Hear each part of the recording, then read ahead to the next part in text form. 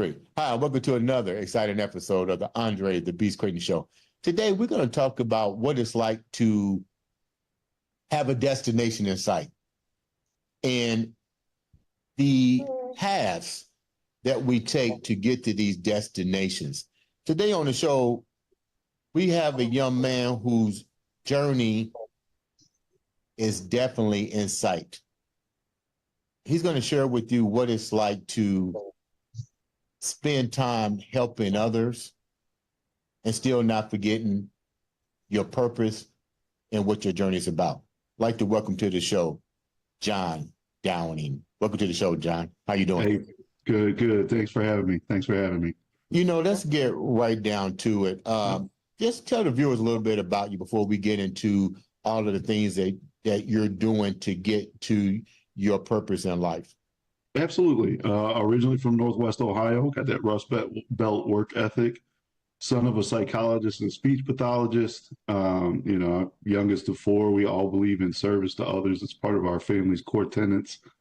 What brings me on here is to talk about my journey as a college football coach, who's trying to get to that ultimate pinnacle of the NFL one day.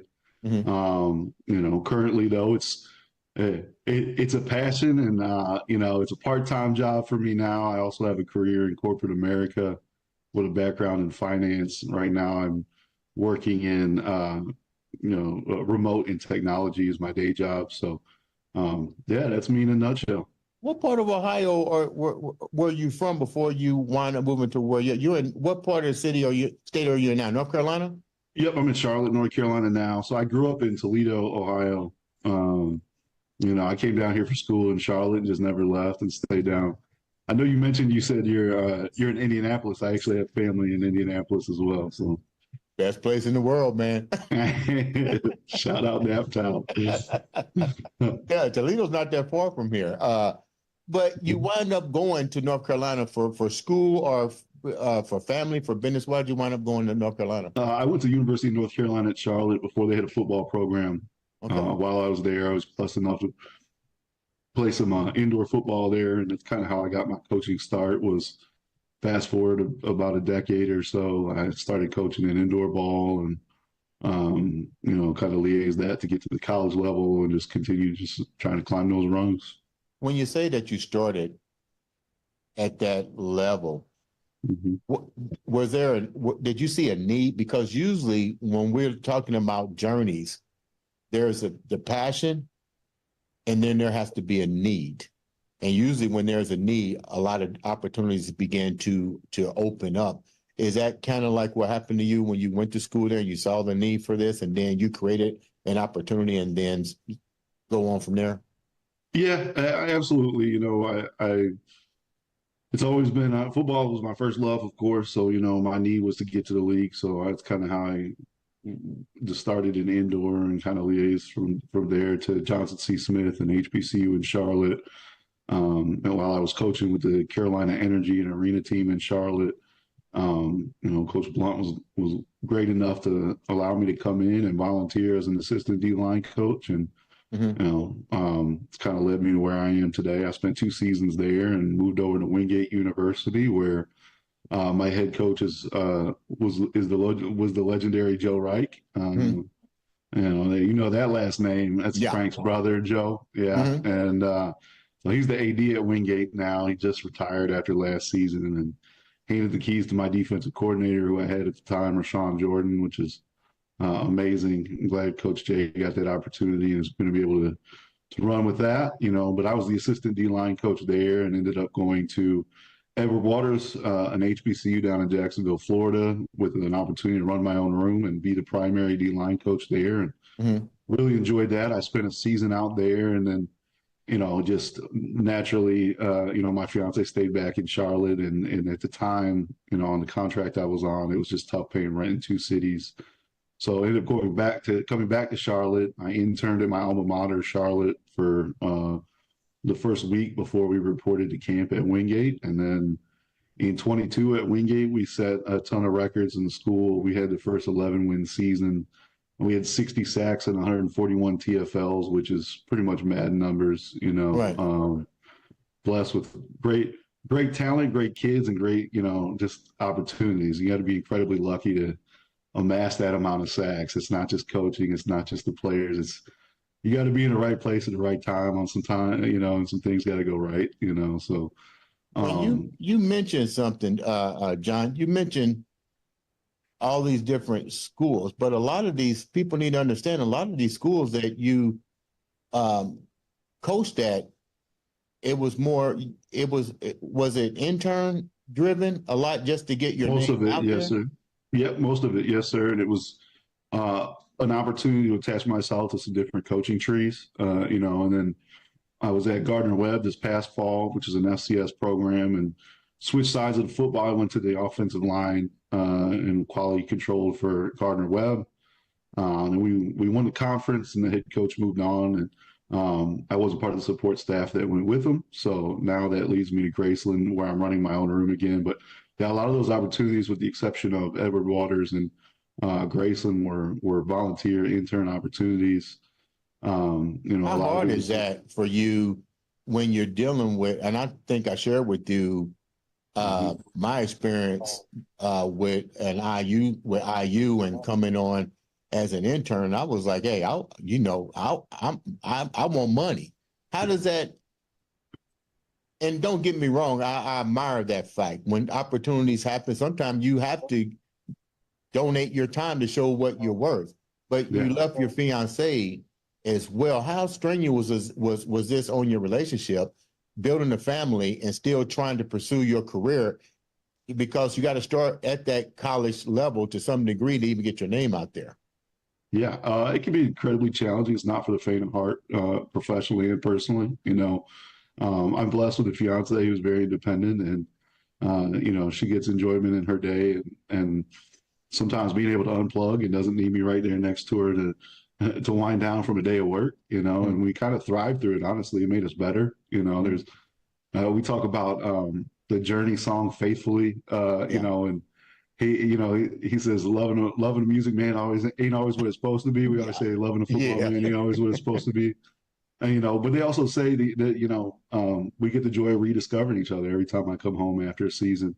We get the joy of falling in love all over again, and plus she enjoys nights where she doesn't have me snoring right next to her.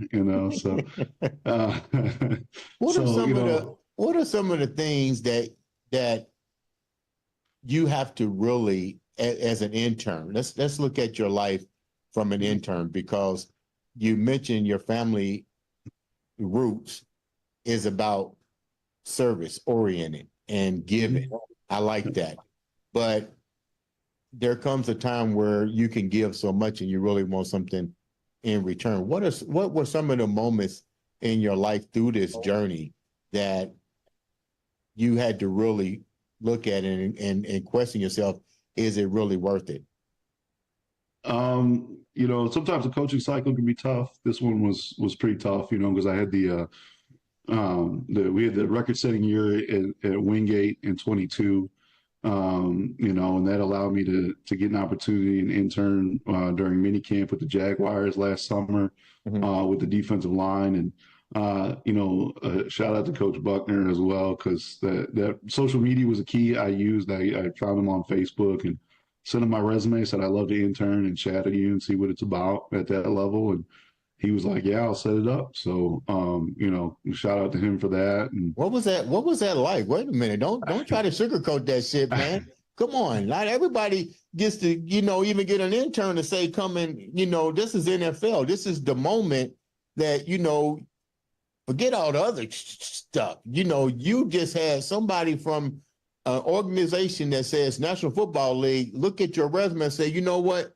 Come on in. I mean, what went through your mind now? You're not getting paid for it. Let's clarify that. Here's a major opportunity for you. Yeah, it was amazing, and shout out to the defensive staff for the Jaguars. I know, unfortunately, they're not there anymore. But, from Coach Caldwell all the way down, I was in defensive staff meetings. I was in defensive team and defensive unit meetings. And I love it because really Coach Caldwell let us immerse ourselves in it. I mean, and Coach Buckner especially. There was two other guys there that I was doing it. They were working with the linebackers. Coach Buck threw me in drills, and I was throwing forearm pads at Josh Allen, and Really? yeah, it was a tremendous experience, and at the first unit meeting for mini camp, Coach Caldwell had us stand up and introduce ourselves to the defense. So that was really cool. They really fully immersed ourselves in it, and another shout out to Coach Caldwell. He said, he told me before I left, anytime you want to come back, you're more than welcome. And then, but now he's What out did you learn from all that? Like, explain the difference with working from a smaller college to a bigger college to now an intern with the NFL. So these are 3 intern divisions that you've gone through. Yeah. What did you learn from each one? And how did that transition? What did you see that needed improvement when you got the opportunity to go intern with Jacksonville? Because you've been in the arena coaching enough. Now you got to go in there. What did you see that you needed to improve on? I think tempo with my indies from when I ran the room at Edward Waters. At Wingate we moved on a really fast pace. I mean, with Joe being our head coach and his brother being an NFL head coach, our practices were run like NFL practices. So I was able to. The biggest accomplishment for me, I think, is because I'm in those install meetings with the D line, and I'm keeping right up with the pace in which install was, and the verbiage wasn't all that dissimilar from what we used at the Division II level. Ball's just ball at the end of the day, but I think the biggest thing I enjoyed was the FaceTime with Coach Buckner. And then my last day there, we got a lot of one-on-one time. And I had a notebook, and I just said, what are the keys, man? And ironically, one of the things he told me was in the offseason, he watches a lot of O-line coaching clinics. As a D-line coach, he watches more of the other side. And I got back from Jacksonville, and 2 days later, the O-line coach from Gardner-Webb, the Division I school, gave me a call. He said, "I'd like for you to be my QC, Coach Franey." I got to shout him out. He's like, "I like the idea of having a D-line coach sitting in my meeting rooms with my offensive line and telling me what they're going to be coached against." You know what I mean? And so that was a blessing, and it just seemed meant to be, especially after Buck said, "Hey, I learn as much as I can about what O-line coaches are coaching." I said, what better way than to go be an op for a season, and which one do you like? Which one do you like the best now that you've had the experience on all 3 levels? Do you want to really deal with the politics with the NFL? I know the money's good, but you got to also deal with the fact that if like Romeo Crennel comes on and brings you onto his staff, if his job is gone, you're gone.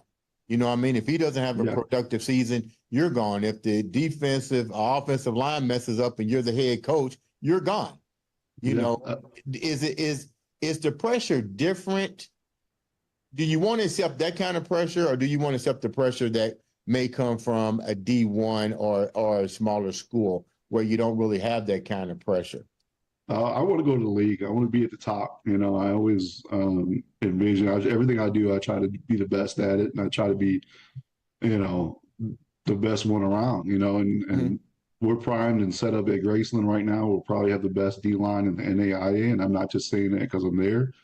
We've got 2 FBS. That's the top of Division I transfers in my group. Right. And one thing you'll see from a position group that I coach, they're a close-knit group. I mean, and I believe that. I preach, and I got hired a week into spring ball there, and worked. We had 3 weeks of practice together once I got there, and from my 1s to my 4s, everybody grew. I told them I'm going to teach you a little bit more finesse than anything. We're going to teach you how to flip your hips and win a corner. You know what I mean? Whether you're a 1, 3, 5, 7, or 9 technique. You know what I mean? So they're really good kids, and how we're able to build that bond with them from day one is I lead with love and respect and trust. And how can I ask for that from them without giving it to them first? So John, what makes a good coach? What in today's age with football, college football, that is, we've seen the narrative change now. And I was sharing this with like Marcus Dupree and Rob Smith from that played with Notre Dame, and the game has changed. Kids now aren't really playing as a team, but it's a team sport. It's now more like I can market myself on social media and be the standout and get millions of dollars, go to the NFL and make millions of dollars. How do you get these young kids to buy into what you're teaching? Going back to team sport, it's not about me anymore. It's about us working together. You got to get them to see big picture. You know what I mean? And like I said, love, trust, and respect. I'm not a coach who's a drill sergeant screaming, yelling, all that. I'm an even keel dude. So the way I'm talking to you now is the way I talk to my guys. It's just, but I tell them, if we step out of line or something, we got church, and what church is 5:30 in the morning.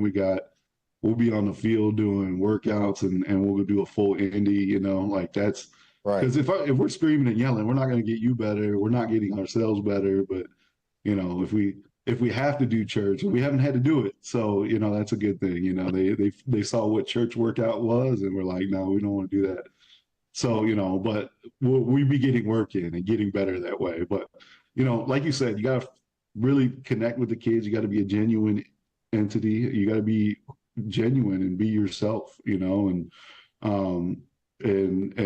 you got to be able to know how to connect with those kids. And, I play music in my meetings, when we're watching film or not, I'll turn it down, but we got music going in the background. A lot of those kids said, I don't dread going to meetings anymore. Like it's not going to be a. Why do you have music playing in the background? That's I've never heard of that. That's something new. Yeah, I'm a new school guy. Some kids learn with that background noise. In college, I'd tell my professors I had one earphone in. I said I'm listening. I just learned better because I would actually be able to remember when I'm taking a test a line from a song that was said when that teacher was making that point. So right. Everybody learns different. Now, you got to try and make it an inclusive environment to make sure that you've got them buy-in and participation. So, a lot of kids seem to like the music. This is my first time doing it this year. And, right. They've really responded. They said, we like coming into meetings because now it just seems like we're fellowshipping and, getting close and everything like that. So, but way before coaching, like in my mid to late 20s, I used to be a DJ too, so I have a different pre-practice playlist. Okay, where were you DJing at? Back in Ohio, or you was DJing in North Carolina? North Carolina. We used to do. I worked for a company that did karaoke at bars, trivia at bars. They do pool parties at apartment complexes. So. So I've got it. My pre-practice and indie mix. I've got a different genre every day for them. Some days it'll be techno, sometimes a little country. We'll go to old school R&B, and then we'll get a little 80s rock in there too. So John, try to mix it up and keep them learning. John, what do you think is missing? And you're traveling a road that I know you're going to have opportunities happening. I do see you being one of the offensive or defensive coaches in the league, but you see now magnified in the NFL. Everybody's taking the blame for teams not performing. I'm a Dallas Cowboy fan, straight up. I'll let people know I'm a Cowboy fan. With the pressures that the coaches have, what do you think needs to change on the coach's field? Do you think that the players, do you think the responsibility for performance lies on the players, personnel, and owners, or the coaches? That's a really great question. I think there's culpability at every level, but one thing I think owners should keep in mind is if you're trying to change the culture of an organization, that takes time. It doesn't take 4 weeks. It doesn't take 5 weeks. It's, Rome wasn't built in a day. Right. Like you got to understand when you bring somebody in a building to change a culture that there's going to be some time for that, and but yeah, I think there's culpability all across the board. Decision makers got to get the right pieces in there, and then we as coaches need to develop them personally and professionally. And then obviously we can't be on the field making plays.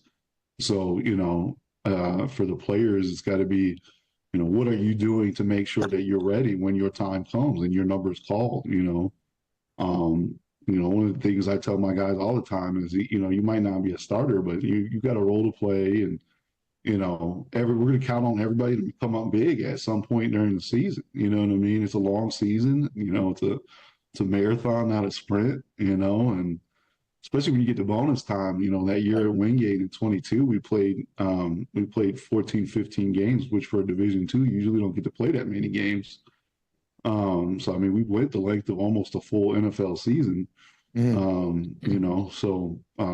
Everybody's got to be able to come up big, and those guys responded in a big way. And shout out to Coach Knight, the primary D line coach at Wingate. He and I were genuinely friends, and coached really well together, and had our guys ready, and the guys were fully bought in. Speaking of that, friends, you must be reading my mind right now. Speaking of that, how important is it for you guys to have a clear respect and a clear understanding and respect for each other's ability? Because a lot of time the head coaches will pick individuals that a lot of you guys may not even know each other. It might be the first time that you guys have actually met together. And when it's a new organization or a new band of coaches, you don't really have enough time to really sit there and to really understand each other's game plan. How difficult is that for you, and how important is that? And a three-part of that question, how long should it really take to develop that cohesiveness with the coaching staff? That's a great question. I think you've got to be an excellent communicator to be in this business. You have to be able to be someone who is genuine to be in this business, and like I said, with my guys, I start with love, trust, and respect. And then honestly, that's the way I approach every interaction, whether it be in business, whether it be in the sport. So I think that being able to communicate with our guard down, and being genuine and humble, the thing about it is there's a lot of great coaches out there, and no two coaches are coaching the same. You know what I mean? So doesn't make this guy better or that guy better, really. I mean, as long as he's effective and can get through to his players, there's a lot of different ways to coach a room. John, who's your two favorite coaches? I'm gonna give you three.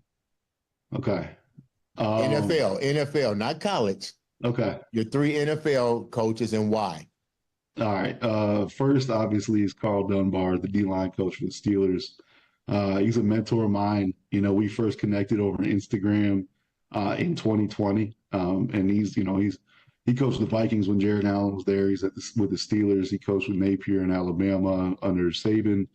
I mean, he's a top 1% guy in the profession. And he gave me the time of day, and we established a friendship, and he's really, really a big mentor and big friend to me. So I would have to say him. And then of course, Buckner, who gave me the shot with the Jaguars, another top 1% D-line coach in the league. And, I applied some of my personality, because he has it going with his guys when they get into meetings. He's got the music playing now. He's got it playing louder than I do. You can hear it all the way down the hall. But and he said, I'm going to be me, and that's kind of the way I coach and the way I lead my guys. I said, look, I'm going to be me. And, and if I'm wrong, that's another thing as a coach. You can't be afraid to admit if you're wrong. Right. We had a situation this spring where we had a guy look like he false started, and they, neutral zone infraction type situation, because we're on the defensive line, of course. But that was a really big issue there. So I overcoached it, and even though it was a false start on the offensive lineman, I yanked him off the field. And then the ref, of course, said it was against the offense. But I said, look, while it's an issue for us, I'm going to overcoach it. And I said, if I'm going to be wrong, I'll just be wrong. We'll talk it out in the meeting room. You know what I mean? And even though it wasn't on him, it was close. And I said, I don't ever want a ref to make that call in a game. You know what I mean? So who's your number one? You got two. One. Who's number one? I'm trying to think.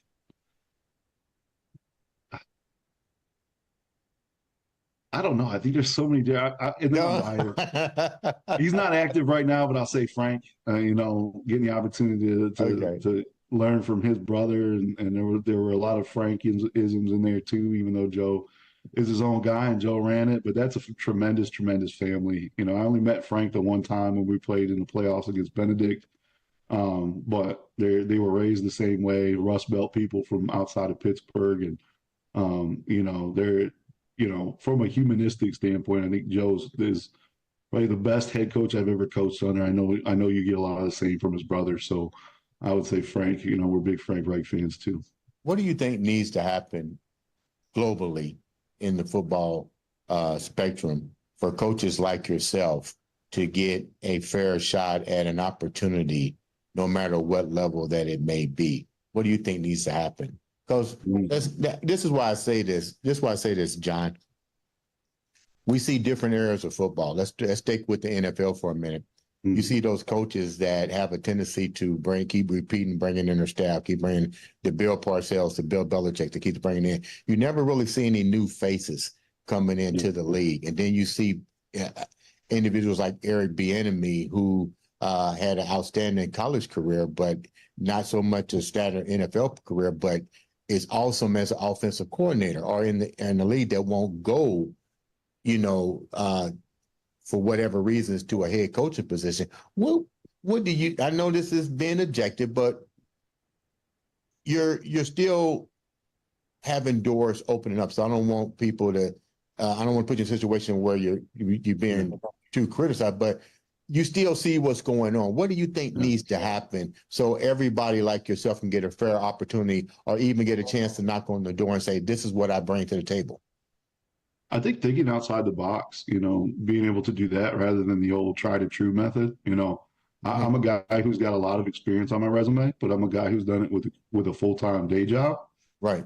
You know what I mean? And having an open mind about it, the work ethic that a guy like me brings. I mean, you know, you asked me about, you know, the sacrifice earlier, and you know, how difficult it is to do. I mean, I essentially have 2 full-time careers, and then they happen to coincide at the same time during the fall. You know, I work 7 days a week, you know, and not just with football stuff. I work those 116 hours or so, and 40 of those is my corporate job, you know. So thinking outside the box and what that brings, you know, and then too, like, I think that my corporate job has helped me in the coaching realm, and then vice versa, you know, and working in corporate America, especially with big banks and in the investment world and fintech. And, you know, you have to be able to process organizational change. And I think those soft skills have allowed me to do that in coaching. You know, I've been a part of 2 culture changes. Like when I went to Johnson C. Smith early in my career, we were a part of that. You know, when I ended up at Edward Waters, we were that was the first season in a transition where Edward Waters went from NAIA to D2, and we had a full schedule of D2 kids, and that was a lot of time. That was pretty much the first time all those kids had seen that D2 wall of talent. So you have to be able to process organizational change and do things like that. So, but, you know, to answer your question, I think just being able to think outside the box. There's not a one size fits all for a candidate. You know, you have to be able to maybe see what might work. You know, and I think there's kind of a shift to that with football analytics now. You know, but I would say that's probably the biggest piece, is being able to think outside the box. Maybe it's not conventional. Maybe this guy didn't come up through the normal journey that they would, but you know, if he's efficient and he's done it with, honestly, like a full-time day job, I mean, that's a crazy work ethic, you know. I mean, and you know, it's funny because I've been in situations where head coaches have asked me, how are you going to do both? And I said, I got Downing work ethic. You know, it's a thing in my family. You're already doing it. So what do you mean? Like, I said, I've been doing it since 2018. You know, I've been doing it since 2018 with some success in both areas. You know, and so, you know, but I say I'm built different. I mean, we say that, but like my oldest brother was a teacher and a farmer. He had 2 full-time jobs, worked 7 days a week. You know, we just do it. There's no good way to say it. So, John, before we wrap up, first of all, let me say thank you so much for coming on and sharing such beautiful story about your journey to get to the NFL. I like it. Think it's beautiful, and it will happen for you. What's your end game? What's the end game for you? You're definitely not gonna give up on it, but what's your end game? The NFL. I want to coach. My goal is NFL head coach someday. I'm 38 now, and I think we can get to the league maybe in the next 3 or 4, hopefully. So that's the goal, and I feel like, too, just with the NFL, like everybody can scout, right? And budgets are the same, and the margin for error is so slim in the NFL. That's why, if you look at last season, there weren't a whole lot of blowouts, Right. in the NFL across the landscape. So, your coaching has to be better in that regard. You know what I mean? Because the margin of error is so slim versus in college where, if you can recruit, you got a bigger budget. Right. You know what I mean? There's some blowouts there. So don't get me wrong. I love coaching in college, and I'm trying to make my way all the way up to the FBS pinnacle. There's nothing wrong with thinking big. That's what you're supposed to do. Yeah. You're a football guy. You're supposed to think big. Yeah. John, how can the viewers reach out to you? And that way opportunities when they come, they can come right to your e-box. Yeah, I'm on all the socials. Twitter, Coach J Downing 62, the letter J, not the whole word. On Instagram, Coach Downing 62. Facebook, John Downing. I'm on LinkedIn as well. I would love to connect, and if you're in the process of a career pivot, too, and you want some advice on what that's like, let me know. John, before we wrap up, you definitely got that beast mindset. I love it, man. I'm energized and pumped already. Close the show. I'll leave the viewers with what keeps you in that beast mindset, big dog. Hey, it's about the task at hand. We just got to get it done. My DC says, I don't care how the baby made, just show me the baby. We got to get it done. So, it's all about results, and that's what we want. Ladies and gentlemen, this has been another exciting episode of the Andre the Beast Crayton Show.